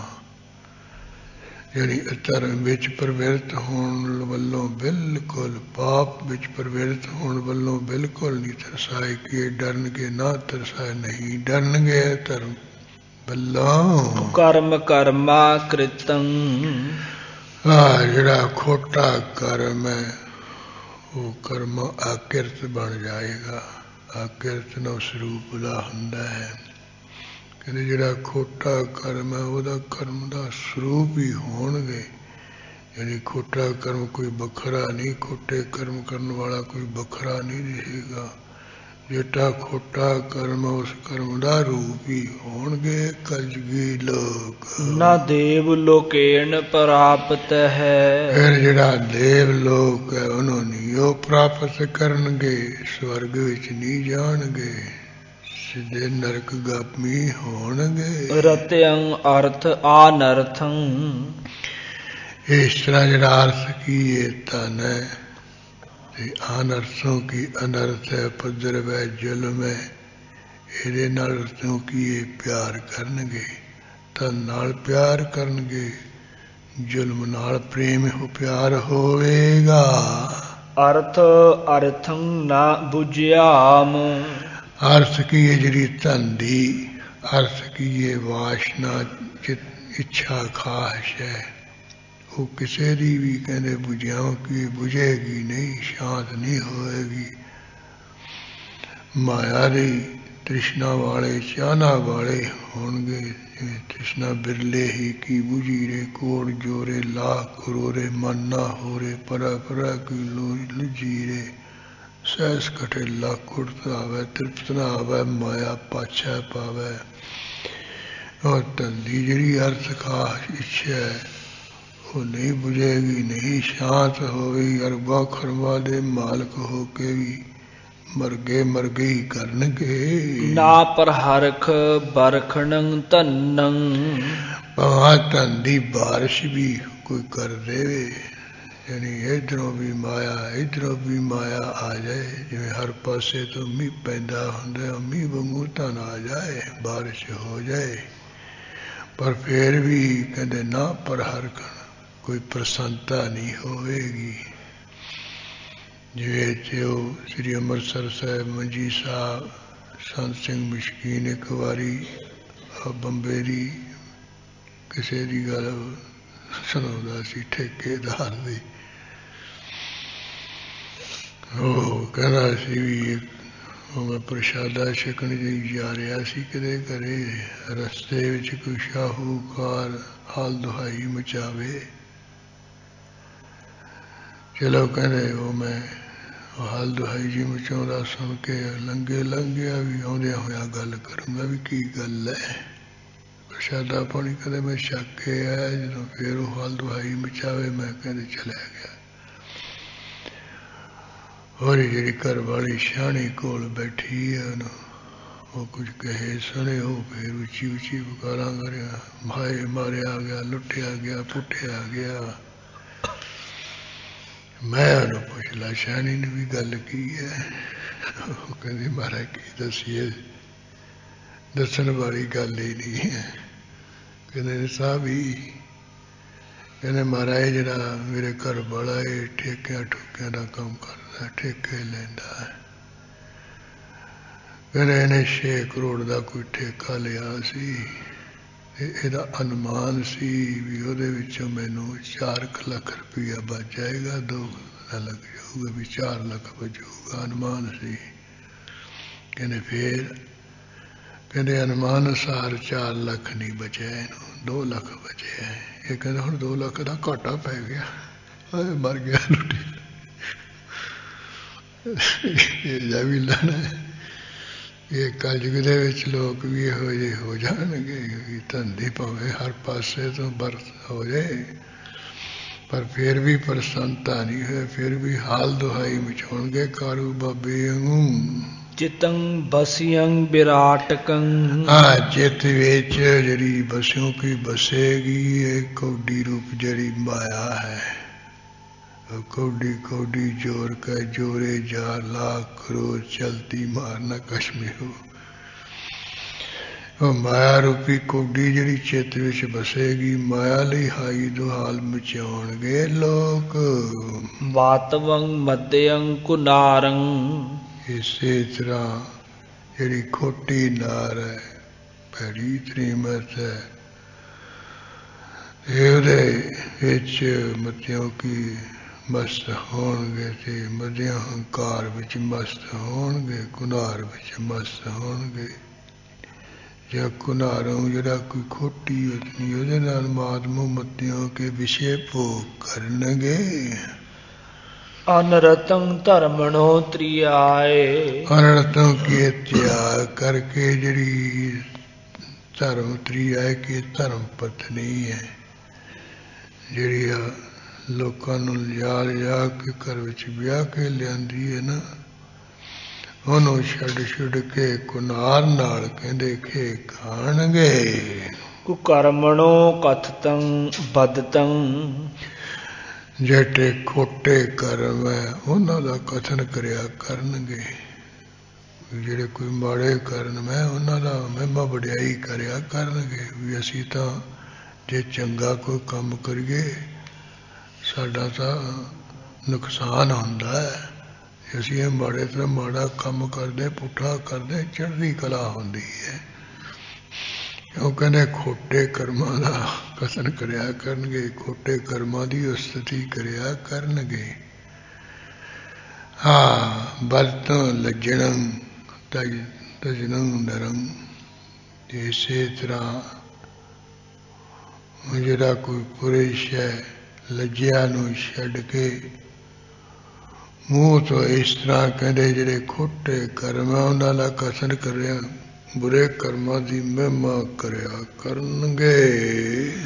ਸੱਜਿਅੰ ਕੁਤਿਸਤੰ ਕਰਮੰ, ਸਜਿਆਂ ਕੁਤਸਤੰ ਕਰਮੋਂ, ਜਿਹੜੇ ਕੁਤਿਸਤ ਕਰਮ ਹੈ ਨਿੰਦਿਤ ਕਰਮ ਹੈ, ਜਿਨ੍ਹਾਂ ਦੇ ਕਰਨ ਨਾਲ ਨਿਰਾਦਰ ਹੋਵੇ ਅਪਮਾਨ ਹੋਵੇ, ਉਹ ਜਿਹੜੇ ਨਿਰਾਦਰ ਜੋ ਨਿੰਦਿਆ ਜੋ ਕਰਮ ਹੈ ਉਹਨਾਂ ਨੂੰ ਉਹਨਾਂ ਦੇ ਵਿੱਚ ਸਜਿਓਂ ਕੀ ਪ੍ਰਵਿਰਤ ਹੋਣਗੇ, ਉਹਨਾਂ ਨੂੰ ਹੈ ਖੁਸ਼ ਹੋ ਕੇ ਕਰਨਗੇ। ਭਜਤੰ ਤਜਤੰ ਨਾ ਲੱਜਾ, ਤੇ ਜਿਹੜੇ ਸ਼ੁਭ ਕਰਮ ਹੈ ਉਹਨੂੰ ਕਹਿੰਦੇ ਲੱਜਿਆ ਕਰਦੇ ਛੱਡਦਿਆਂ ਹੋਇਆਂ ਭਜਣਗੇ, ਕੋਈ ਲੱਜਿਆ ਨਹੀਂ ਕਰਨਗੇ। ਜਿਹੜਾ ਕੁਤਸਤ ਹੈ ਮਾੜਾ ਕਰਮ ਹੈ ਉਹਨੂੰ ਹੈ ਸੱਜ ਵੱਜ ਕੇ ਗੱਜ ਵੱਜ ਕੇ ਕਰਿਆ ਕਰਨਗੇ। ਜਿਹੜਾ ਕੋਈ ਸ਼ੁਭ ਕਰਮ ਹੈ ਉਹਨੂੰ ਛੱਡਦਿਆਂ ਤਿਆਗਦਿਆਂ ਲੱਜਿਆ ਸ਼ਰਮ ਨਹੀਂ ਕਰਨਗੇ। ਕੁਵਿਰਤੰ ਨਿਤ ਪ੍ਰਤ ਕ੍ਰਿਤਣੇ, ਨਿਤਾ ਪ੍ਰਤੀ ਜਿਹੜੀ ਕਿਰਤ ਹੈ ਉਹ ਕੁਵਿਰਤ ਦੀ ਉਪਜੀਵਕਾ ਕਹਿੰਦੇ ਹਮੇਸ਼ਾ ਮਾੜੀ ਖੋਟੀ ਉਪਜੀਵਕਾ ਕਰਕੇ ਖਾਣਗੇ। ਤੰਬਾਕੂ ਵੇਚ ਲਿਆ, ਸ਼ਰਾਬ ਵੇਚ ਲਈ, ਇਹੋ ਜਿਹੀ ਉਪਜੀਵਕਾ ਕਰਕੇ ਹਮੇਸ਼ਾ ਆਪਣਾ ਗੁਜ਼ਾਰਾ ਕਰਨਗੇ। ਧਰਮ ਕਰਮੇਨ ਤਿਆਗਤੰ, ਜਿਹੜੇ ਧਰਮ ਦੇ ਕਰਮ ਉਹਨਾਂ ਦਾ ਤਿਆਗ ਕਰ ਦੇਣਗੇ, ਉਹ ਛੱਡ ਦੇਣਗੇ ਲੋਕ। ਚਤੁਰਪਦੀ ਛੰਦ, ਚਤੁਰਪਦੀ ਛੰਦ ਵਿੱਚ ਬਿਆਨ ਕਰ ਰਹੇ ਹਨ। ਕੁਕ੍ਰਿਤੰ ਨਿਤ ਕਰ ਹੈ, ਸੁਕ੍ਰਿਤਾਨ ਨਾ ਸਰ ਹੈ। ਹਮੇਸ਼ਾ ਜਿਹੜਾ ਕੁਕਿਰਤ ਖੋਟੀ ਕਿਰਤ ਹੈ ਪਾਪ ਰੂਪ ਕਿਰਤ ਹੈ ਉਹਨੂੰ ਕਰਨਗੇ। ਇਹ ਜਿਹੜੀ ਸੁਕ੍ਰਿਤ ਹੈ ਸੁਕ੍ਰਿਤਾਨ ਨਾ ਅਨਸਰ ਹੈ, ਜਿਹੜਾ ਕੋਈ ਪੁੰਨ ਰੂਪ ਕਿਰਤ ਉਹਦੇ ਅਨੁਸਾਰ ਹੀ ਨਹੀਂ ਹੋਣਗੇ। ਪੁੰਨ ਰੂਪ ਕਿਰਤ ਨਹੀਂ ਕਰਨਗੇ, ਪਾਪ ਰੂਪ ਕਿਰਤ ਹਮੇਸ਼ਾ ਕਰਨਗੇ। ਅਗ ਓਗਨ ਰੁਚ ਰਾਚੇ, ਇਹ ਸਮੂਹ ਜਿਹੜੇ ਪਾਪ ਹੈ ਉਹਨਾਂ ਦੇ ਵਿੱਚ ਰੁਚੀ ਨਾਲ ਰਚ ਜਾਣਗੇ, ਰੁਚੀ ਨਾਲ ਰਚਣਗੇ। ਮਨ ਹੈ ਨ ਬੇਦਨ ਸਿਮਰਤ ਕਤੇਬਨ, ਜਿਹੜੇ ਕੋਈ ਚਾਰ ਵੇਦ ਹੈ ਸ਼ਾਮ ਵੇਦ ਰਿਗ ਵੇਦ ਜੁਜਰ ਵੇਦ ਅਥਰਵਣ ਵੇਦ, ਜਿਹੜੀਆਂ 27 ਸਿਮਰਤੀਆਂ ਕਿਸੇ ਨੂੰ ਨਹੀਂ ਮੰਨਣਗੇ। ਤੇ ਇਸੇ ਤਰ੍ਹਾਂ ਜਿਹੜੀਆਂ ਕੋਈ ਮੁਸਲਮਾਨਾਂ ਦੀਆਂ ਚਾਰ ਕਿਤਾਬਾਂ ਜੀ ਰਹਿਤ ਰੇਤ ਜਮੂਰ ਕੁਰਾਨ ਮਜੀਦ ਹੈ, ਇਹਨਾਂ ਨੂੰ ਵੀ ਕੋਈ ਨਹੀਂ ਮੰਨਣਗੇ। ਲੋਕ ਲਾਜ ਤਜ ਨਾਚੇ, ਆਹ ਲੋਕਾਂ ਦੀ ਲੱਜਿਆ ਛੱਡ ਕੇ ਲੋਕਾਂ ਦੀ ਸ਼ਰਮ ਛੱਡ ਕੇ ਐਂ ਨੱਚਣਗੇ ਬੇਸ਼ਰਮ ਹੋ ਕੇ। ਚੀਨ ਹੈ ਨ ਬਾਨੀ ਸੋ ਭਵ ਭਵਾਨੀ, ਆਹ ਚੀਨ ਹੈ ਨਾ ਬਾਣੀ, ਜਿਹੜੀ ਕੋਈ ਚੰਗੀ ਬਾਣੀ ਹੈ ਚੰਗੇ ਬਚਨ ਉਹਨੂੰ ਨਹੀਂ ਜਾਣਨਗੇ ਪਛਾਣਨਗੇ। ਸੋ ਭਵਾਨੀ ਜਿਹੜੇ ਸੰਸਾਰ ਦੇ ਵਿੱਚ ਇਸਤਰੀ ਪੁਰਸ਼ ਹੈ, ਇਹ ਚੰਗੀ ਬਾਣੀ ਨੂੰ ਨਹੀਂ ਜਾਣਨਗੇ, ਚੰਗੀ ਬਾਣੀ ਦਾ ਸਤਿਕਾਰ ਨਹੀਂ ਕਰਨਗੇ। ਪਾਪ ਕਰਮ ਰਤ ਹੋਏ ਹੈ। ਪਾਪ ਰੂਪ ਕਰਮਾਂ ਦੇ ਵਿੱਚ ਹੀ ਬੜੇ ਪ੍ਰੀਤੀ ਹੋਵੇਗੀ, ਪਿਆਰ ਕਰਨ ਵਾਲੇ ਹੋਣਗੇ। ਗੁਰਦੇਵ ਨ ਮਾਨੈ ਭਲ ਨ ਬਖਾਨੈ। ਆਪਣਾ ਜਿਹੜਾ ਗੁਰਦੇਵ ਉਹਨੂੰ ਨਹੀਂ ਮੰਨਣ ਪੂਜਣਗੇ, ਤੇ ਕਿਸੇ ਨੂੰ ਵੀ ਚੰਗਾ ਨਹੀਂ ਕਹਿਣਗੇ, ਇੱਕ ਨੂੰ ਮਾੜਾ ਮਾੜਾ ਹੀ ਬੋਲਣਗੇ। ਅੰਤ ਨਰਕ ਕਹਿ ਜੈ ਹੈ। ਕੀਰ ਨੂੰ ਮਰਨ ਸਮੇਂ ਸਿੱਧੇ ਨਰਕਾਂ ਨੂੰ ਜਾਣਗੇ। ਜਪ ਹੈ ਨ ਭਵਾਨੀ ਅਕਥ ਕਹਾਣੀ। ਇਸ ਪਰਮੇਸ਼ਰ ਦੀ ਅਕਥ ਕਹਾਣੀ ਹੈ, ਉਹਦੀ ਕਹਿੰਦੇ ਉਸ ਭਵਾਨੀ ਦਾ ਸ਼ਕਤੀ ਵਾਲੇ ਦਾ ਜਪ ਨਹੀਂ ਜਪਣਗੇ। ਪਾਪ ਕਰਮ ਰਤ ਐਸੇ। ਜਿਹਨੇ ਆ ਸ੍ਰਿਸ਼ਟੀ ਲਿਆਂਦੀ ਹੈ, ਜਿਹਦੀ ਅਕਥ ਕਹਾਣੀ ਹੈ, ਇਸ ਤਰ੍ਹਾਂ ਪਾਪ ਰੂਪ ਕਰਨਾ ਦੇ ਵਿੱਚ ਪ੍ਰੀਤੀ ਹੋਵੇਗੀ। ਮਾਨ ਹੈ ਨ ਦੇਵੰ ਅਲਖ ਅਭੇਵੰ। ਜੋ ਲਖਣੇ ਤੋਂ ਰਹਿਤ ਤੇ ਭੇਦ ਤੋਂ ਰਹਿਤ, ਦੇਵ ਕੀ ਪਰਮਾਤਮਾ ਹੈ, ਪ੍ਰਕਾਸ਼ਕ ਪਰਮੇਸ਼ਰ ਹੈ, ਉਹਨੂੰ ਨਹੀਂ ਬਿਲਕੁਲ ਮੰਨਣ ਪੂਜਣਗੇ। ਦੁਰਕ੍ਰਿਤੰ ਮੁਨਵਰ ਜੈਸੇ। ਦੁਰਕਿਰਤ ਖੋਟੀ ਕਿਰਤ ਪਾਪ ਰੂਪ ਕੰਮ ਕਰਦਿਆਂ ਹੋਇਆਂ ਵੀ ਜਿਸ ਤਰ੍ਹਾਂ ਬਹੁਤ ਸ੍ਰੇਸ਼ਟ ਮੁਨੀ ਹੁੰਦਾ ਨਾ, ਇਹ ਪਾਪ ਰੂਪ ਕਰਮ ਕਰਕੇ ਸ੍ਰੇਸ਼ਟ ਮੁਨੀ ਮਨ ਕੇ ਬੈਠਣਗੇ। ਚੀਨ ਹੈ ਨ ਬਾਤੰ ਪਰ ਤ੍ਰਿਯ ਰਾਤੰ। ਜਿਹੜੀ ਕੋਈ ਚੰਗੀ ਗੱਲ ਹੈ ਉਹਨੂੰ ਨਹੀਂ ਜਾਣਨ ਪਛਾਣਨਗੇ। ਕਿਸੇ ਦੀ ਗੱਲ ਕਹੀ ਨੂੰ ਜੇ ਨਹੀਂ ਚੰਗਾ ਸਮਝਣਗੇ, ਪਰ ਇਸਤਰੀ ਦੇ ਨਾਲ ਤੇ ਹੋਣਗੇ। ਧਰਮਣ ਕਰਮ ਉਦਾਸੀ। ਜਿਹੜੇ ਧਰਮ ਰੂਪ ਕਰਮ ਹੈ ਉਹਨਾਂ ਵੱਲੋਂ ਉਪਰਾਮ ਰਹਿਣਗੇ, ਉਦਾਸ ਰਹਿਣਗੇ। ਜਾਨ ਹੈ ਨ ਬਾਤੰ ਅਦਕ ਅਗਿਆਤੰ। ਜਿਹੜੀ ਕੋਈ ਗਿਆਨ ਦੀ ਗੱਲਬਾਤ ਉਹਨੂੰ ਬਿਲਕੁਲ ਨਹੀਂ ਜਾਣਨਗੇ, ਅਦਕ ਬਹੁਤੇ ਅਗਿਆਤੋਂ ਬੇਸਮਝ ਅਗਿਆਨੀ ਹੋਣਗੇ। ਅੰਤ ਨਰਕ ਕੇ ਵਾਸੀ। ਆਖੀਰ ਨੂੰ ਨਰਕਾਂ ਦੇ ਵਾਸੀ ਬਣਨਗੇ। ਨਿਤ ਨਵ ਮਤ ਕਰ ਹੈ ਹਰ ਨ ਨਿਸਰ ਹੈ। ਹਮੇਸ਼ਾ ਨਵੇਂ ਤੋਂ ਨਵਾਂ ਮਤ ਪੈਦਾ ਕਰਨਗੇ, ਹਰ ਨਾ ਨਿਸਰ ਹੈ। ਜਿਹੜਾ ਹਰੇ ਭਰੇ ਕਰਨ ਵਾਲਾ ਉਹਦੇ ਅਨੁਸਾਰੀ ਨਹੀਂ ਹੋਣਗੇ, ਉਹਦੇ ਅਨੁਸਾਰ ਨਹੀਂ ਚੱਲਣਗੇ। ਪ੍ਰਭ ਕੋ ਨਾਮ ਨ ਲੈ ਹੈ। ਆਪਣਾ ਜਿਹੜਾ ਮਾਲਕ ਪਰਮੇਸ਼ਰ ਉਹਦਾ ਤਾਂ ਬਿਲਕੁਲ ਨਾਮ ਨਹੀਂ ਲੈਣਗੇ। ਸੁਤ ਸਿਮਰਤ ਨ ਮਾਨੈ ਤਜਤ ਕੁਰਾਨੈ। ਵੇਦ ਸਿਮਰਤੀਆਂ ਨੂੰ ਨਹੀਂ ਮੰਨਣਗੇ, ਕੁਰਾਨ ਆਦਿਕ ਜਿਹੜੇ ਪੁਸਤਕ ਉਹਨਾਂ ਨੂੰ ਵੀ ਛੱਡ ਦੇਣਗੇ।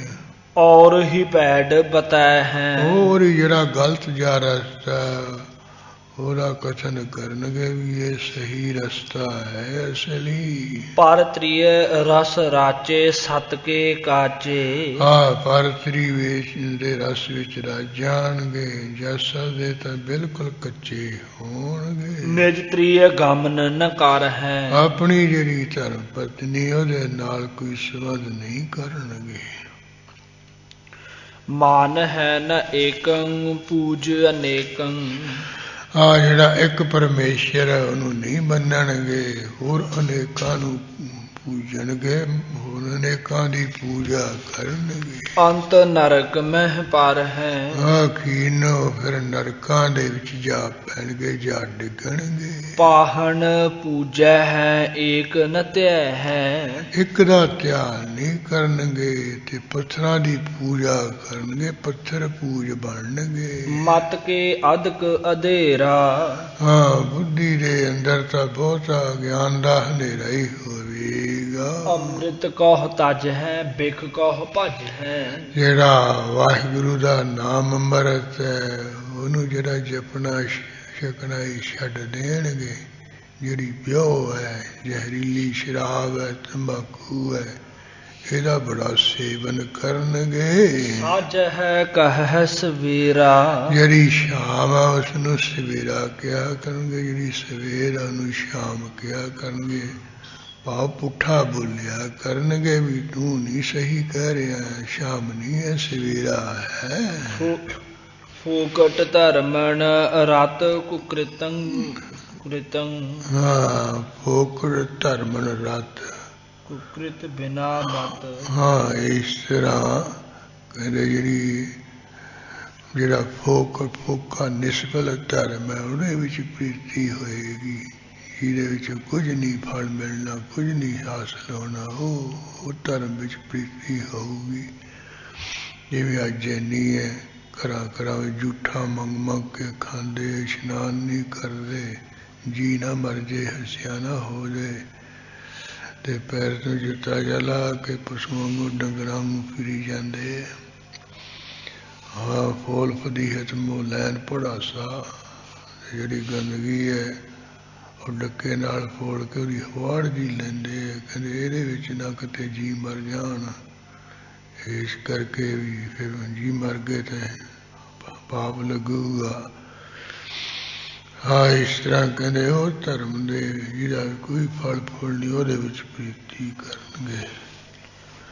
ਕੁਕਿਰਤ, ਹਾਂ ਬਿਨਾ ਮਤ ਤੋਂ ਬਿਨਾ ਅਕਲ ਤੋਂ ਜਿਹੜੀ ਖੋਟੀ ਕਿਰਤ ਹੈ ਉਹਦੇ ਵਿੱਚ ਲੱਗ ਜਾਣਗੇ। ਕਹੋ ਕਹਾ ਫਲ ਪੈ ਹੈ, ਦੱਸੋ ਫਿਰ ਕੀ ਉਹ ਫਲ ਪਾਉਣਗੇ, ਉਹਨਾਂ ਨੂੰ ਕੀ ਫਲ ਪ੍ਰਾਪਤ ਹੋਣਾ ਹੈ। ਬਾਂਦੇ ਮ੍ਰਿਤ ਸਾਲੈ ਜਾਹੇ ਉਤਾਲੈ, ਮਹਾਰਾਜ ਕਹਿੰਦੇ ਜਿਹੜਾ ਮੌਤ ਦਾ ਘਰ ਹੈ ਉਹਦੇ ਵਿੱਚ ਬੰਨੇ ਜਾਣਗੇ ਤੇ ਬਹੁਤ ਛੇਤੀ ਚਲੇ ਜਾਣਗੇ। ਅੰਤ ਅਧੋ ਗਤ ਜੈ ਹੈ, ਫਕੀਰ ਨੂੰ ਕਹਿੰਦੇ ਨੇਵੀਂ ਹਾਲਤ ਵੀ ਚਲੇ ਜਾਣਗੇ। ਕਈ ਜਨਮ ਪੈ ਕੀਟ ਪਤੰਗਾ, ਕਈ ਜਨਮ ਗਜਮੀਨ ਕਰੰਗਾ, ਅੰਗਰੇਜ਼ੇ ਲੋਕ ਸਭ ਠੁੰਗੇ ਜੇ ਬਣਨਗੇ। ਪੀਲਾ ਛੰਦ ਕਰ ਹੈ ਨਿਤ ਅਨਰਥ, ਅਰਥ ਨਹੀਂ ਏਕ ਕਮੈ ਹੈ। ਮਹਾਰਾਜ ਕਹਿੰਦੇ ਹਮੇਸ਼ਾ ਅਨਰਥ ਕੀ ਉਪਦਰ ਜ਼ੁਲਮ ਕਰਨਗੇ ਕਲਯੁਗ ਦੇ ਲੋਕ, ਅਰਥ ਨਹੀਂ ਏਕ ਕਮੈ ਹੈ। ਇੱਕ ਵੀ ਜਿਹੜਾ ਕੋਈ ਅਰਥ ਕੀ ਚੰਗਾ ਕੰਮ ਹੈ ਉਹ ਨਹੀਂ ਕਮਾਉਣਗੇ, ਚੰਗਾ ਕੰਮ ਇੱਕ ਵੀ ਨਹੀਂ ਕਰਨਗੇ, ਜ਼ੁਲਮੀ ਬੇਅੰਤ ਕਰਨਗੇ। ਨਹਿ ਲੈ ਹੈ ਹਰ ਨਾਮ ਦਾਨ ਕਾਹੂ ਨਹੀਂ ਦੈ ਹੈ, ਪਰਮੇਸ਼ਰ ਦਾ ਨਾਮ ਤਾਂ ਬਿਲਕੁਲ ਲੈਣਗੇ ਨਹੀਂ, ਜਪਣਗੇ ਨਹੀਂ ਹੈ, ਤੇ ਦਾਨ ਵੀ ਨਹੀਂ ਕਿਸੇ ਨੂੰ ਦੇਣਗੇ। ਨਿਤ ਇੱਕ ਮਤ ਤਜੈ, ਇੱਕ ਮਤ ਨਿਤ ਉਚੈ ਹੈ, ਹਮੇਸ਼ਾ ਇੱਕ ਮਤ ਦਾ ਤਿਆਗ ਕਰ ਦਿਆ ਕਰਨਗੇ, ਹਮੇਸ਼ਾ ਇੱਕ ਮਤ ਨੂੰ ਉਚਾਹ ਕੀ ਖੜਾ ਕਰ ਦਿਆ ਕਰ, ਨਵਾਂ ਮਤ ਪੈਦਾ ਕਰ ਦਿਆ ਕਰਨਗੇ। ਰੋਜ਼ ਜਿਹੜਾ ਕੋਈ ਮਤ ਹੈ ਉਹਦਾ ਖੰਡਨ ਕਰ ਦਿਆ ਕਰਨਗੇ।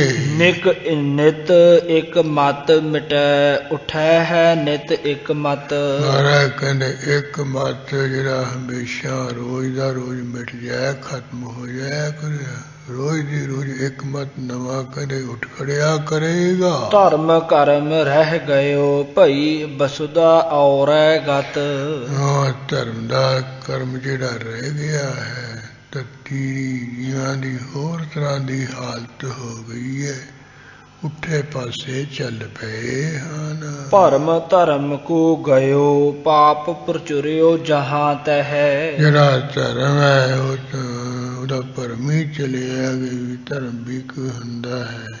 ਪਾਪ ਪ੍ਰਭ ਪ੍ਰਚੁਰਿਓ ਜਹਾਂ ਤਹਾਂ, ਜਿਹੜਾ ਪਾਪ ਹੈ ਜਿੱਥੇ ਕਿਥੇ ਆਸੇ ਪਾਸੇ ਪ੍ਰਵਿਰਤ ਹੋ ਗਿਆ।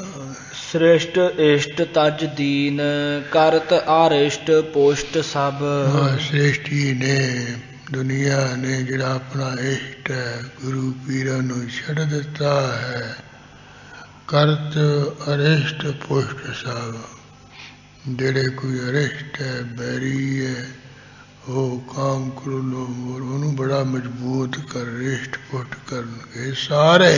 ਵਿਸ਼ਟ ਸ੍ਰੇਸ਼ਟ ਤੇ ਮਿਟੀ ਭਏ ਪਾਪਿਸ਼ਟ ਭ੍ਰਿਸ਼ਟ ਸਭ, ਘੋਰ ਕਲਯੁਗ ਦੇ ਸਮੇਂ ਕਰਕੇ ਦੁਨੀਆ ਵਿੱਚੋਂ ਜਿਹੜੀ ਬਾਰਿਸ਼ ਹੋਣੀ ਮਿਟ ਜਾਏਗੀ, ਹਟ ਜਾਏਗੀ। पाप कर बड़े पापा करके सारे भ्रिष्ट तदों हो जाणगे। एक एक निंद है एक एक कह हस चलै। हर एक नू कहते निंदिया करेगा, हर एक ही कहते दूसरे नू इस तरह मखौल जा मश्करी भी करदा चलिया करेगा, मश्करियां टिचरा मखौल करया करेगा। तजियान जहान कान काहू नहीं मान है। हाँ, इस तरह जिहड़ी किसी दी आन है, कनौड़ है, परवाह है, वो छड़ दित्ती है। किसी दी ईन किसी दी परवाह बिल्कुल नहीं मनणगे। तात मात की निंद नीच ऊंचह सम जान है। हाँ, अपना जिहड़ा पिता है, अपनी जिहड़ी मां है, उसदी निंदिया करनगे, उहनूं माड़ा माड़ा आखणगे। नीच उच्चा समझाना है, भावें कोई नीच है भावें उच्चा है, सारिਆਂ ਨੂੰ एक समान ही समझणगे। हाँ, मक्की कणक ਦਾ ਇੱਕੋ ਹੀ ਭਾਅ ਹੋਊਗਾ। ਧਰਮ ਧਰਮ ਭਰਮ ਕੋ ਜਿਹੜੇ ਚੰਗੇ ਲੋਕ ਉਹਨਾਂ ਨੂੰ ਵੀ ਕਹਿਣਗੇ ਇਹ ਜਿਹੀ ਹੈ, ਭਲੇ ਮਾਨ ਜਿਹੜੇ ਹੋਏ ਆ ਉਹਨਾਂ ਨੂੰ ਵੀ ਉਹੀ ਦਿਆ ਕਰਨਗੇ ਸਿਰੋਂ ਪਾਓ। ਧਰਮ ਭਰਮ ਕੋ ਗਇਓ ਭਈ ਇੱਕ ਵਰਨ ਪ੍ਰਜਾ ਸਭ। ਹਾਂ, ਜਿਹੜਾ ਧਰਮ ਭਰਮ ਕੋ ਗਇਓ, ਜਿਹੜਾ ਧਰਮ ਹੈ ਉਹਦਾ ਤਾਂ ਭਰਮ ਹੀ ਚਲਿਆ ਗਿਆ ਵੀ ਧਰਮ ਵੀ ਕੋਈ ਹੈ। ਭਈ ਇੱਕ ਵਰਨ ਪ੍ਰਜਾ ਸਭ। ਸਾਰੀ ਜਿਹੜੀ ਧਰਤੀ ਹੈ ਸ੍ਰਿਸ਼ਟੀ ਹੈ ਇੱਕ ਵਰਨ ਵਾਲੀ ਹੋਈ ਹੈ, ਕੋਈ ਉਹਦਾ ਕੋਈ ਭੇਦ ਫਰਕ ਨਹੀਂ ਰਿਹਾ ਵੀ ਇਹ ਬ੍ਰਾਹਮਣ ਕੌਣ ਹੈ, ਛਤਰੀ ਕਿਹੜਾ, ਬੈਸ ਕਿਹੜਾ ਹੈ। ਕੱਤਾ ਛੰਦ ਕਰ ਹੈ ਪਾਪ ਅਨੇਕ। ਉਹ ਇਸ ਤਰ੍ਹਾਂ ਹੈ ਜਿਹੜੀ ਜਦੋਂ ਇਹ ਕਲਯੁਗ ਦਾ ਭਿਆਨਕ ਸਮਾਜ ਆ ਗਿਆ, ਜਦੋਂ ਇੰਨੇ ਕਲੰਕ ਨੇ ਕਲਕੀ ਅਵਤਾਰ ਨੇ, ਹੁਣ ਉਸ ਤੋਂ ਪਹਿਲੇ ਸਮੇਂ ਦੀ ਇਹ ਸਾਰੀ ਉਹ ਲੋਕਾਂ ਦੀ ਕਿਰਿਆ ਹੈ ਜਿਹਦਾ ਗੁਰੂ ਕਲਗੀਧਰ ਜੀ ਨੇ ਵਿਆਸ ਪੁਰਾਣ ਭਗਤ ਪੁਰਾਣ ਦੇ ਵਿੱਚੋਂ ਲੈ ਕੇ ਉਲਟਿਆ ਕੀਤਾ ਹੈ। ਉਹ ਆਪਾਂ ਅੱਜ ਵਿਚਾਰ ਕੀਤੀ ਹੈ। ਇਸੇ ਤਰ੍ਹਾਂ ਅਗਲੇ ਪੌੜੀਆਂ ਵਿੱਚ ਇਸੇ ਸੰਬੰਧ ਵਿੱਚ ਹੋਰ ਕੁਝ ਕਥਨ ਕਰਨਗੇ, ਉਹ ਆਪਾਂ ਕੱਲ ਦੇ ਦੀਵਾਨ ਨੂੰ ਸੁਣਾਂਗੇ। ਤਜੀ ਆਨ ਜਹਾਨ ਕਾਨ ਕਾਹੂ ਨਹੀਂ ਮੰਨ ਹੈ। तात मात की निंद नीच ऊंचह सम जान है। धर्म भरम को गयो भई एक वर्ण प्रजा सब। वाहिगुरु जी का खालसा, वाहिगुरु जी की फतेह। हे अच्युत हे पार ब्रह्म अविनाशी अघनाश, हे पूरन हे सर्वमय दुख भंजन गुणतार। हे संगी हे निरंकार, हे निर्गुण सब टेक। हे गोविंद हे गुण निधान, जंके सदा विवेक। हे अपरंपर हर हरे, हैपी हो बनहार। हे संतां कै सदा संग, निराया आधार। हे ठाकर हाँ दासरो, मैं निर्गुण गुण नहीं कोई। नानक दीजै नाम दान, राखो हिय परोय।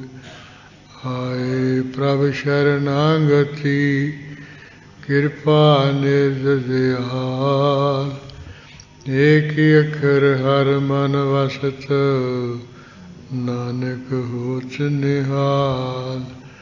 वाहिगुरु नाम जहाज है, चढ़े सो तरे पार। जो सरदा कर सेवंदे, गुरु पारे उतारन हार। जो सरदा कर सेवंदे, ਪਾਰੇ ਉਤਾਰਨਹਾਰ ਤੂੰ ਠਾਕੁਰ ਤੁਮ ਪੈ ਅਰਦਾਸ। ਇੱਥੇ ਟਿਕਿਆ ਰਹਿਣ ਦੀ, ਇਹਨੂੰ ਇੱਥੇ ਟਿਕਿਆ ਰਹਿਣ ਦੀ ਨਾ ਹਲਾਈ, ਨਾ ਰੋਜ਼ ਹਲਾ